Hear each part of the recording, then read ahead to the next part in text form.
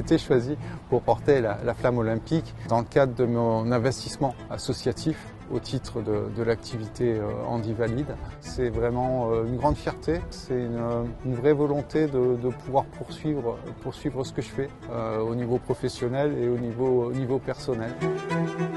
La majeure partie de mon temps libre se passe sur l'eau, là, dans la baie de la Ciotat, sur la pratique de la voile, que ce soit la voile familiale et après sur une activité plus associative au niveau du club de voile de la Ciotat avec une activité tournée sur l'encadrement et l'organisation de la voile handi-voile. Quand j'ai intégré la société nautique de la Ciotat, j'ai vu ces bateaux un petit peu particuliers qui étaient dans un coin, qui ne fonctionnaient pas, qui ont attiré mon attention. Petit à petit, j'ai reconstitué et remonté cette activité handi-voile avec un public très large et tourné sur toute l'activité, depuis le débutant jusqu'à la compétition.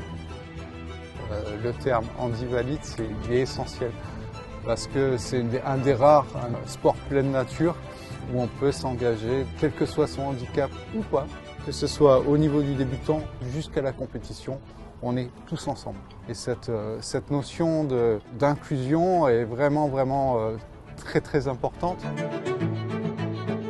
La voile, je suis tombé dedans quand j'étais petit et j'ai passé mon monitorat à l'adolescence. Et la compétition, j'ai enchaîné. Après le monitorat, je me suis engagé dans la pratique de la compétition avec, à la clé, un titre de champion de France en voile habitable. Allez, tire! Allez, encore un peu! Dans la pratique et dans l'encadrement, ce qui est très important, c'est toute la partie préparation, adaptation et compréhension de l'autre. C'est-à-dire qu'il faut vraiment avoir des notions d'altruisme, de bienveillance pour pouvoir encadrer, comprendre et vraiment faire progresser. Bon alors, ça t'a plu? Ouais, c'était top. Un peu mou au départ, mais bon, après, une fois qu'on a chopé le vent, ça s'est levé, c'était sympa. Après, il y a un petit peu de vague, un petit peu de houle, mais ouais, c'était top, quoi.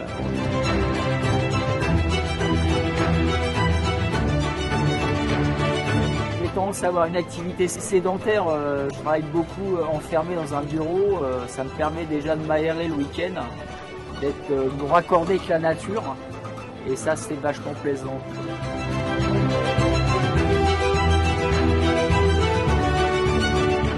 On est forcément très sensible quand on pratique la voile à notre environnement, ça fait partie de mes valeurs. C'est des valeurs que je retrouve et que je répercute au niveau de Surschiste. Et c'est toutes ces valeurs-là, le travail de groupe, le recyclage des déchets industriels et les réduisances des nuisances environnementales au niveau des déchets.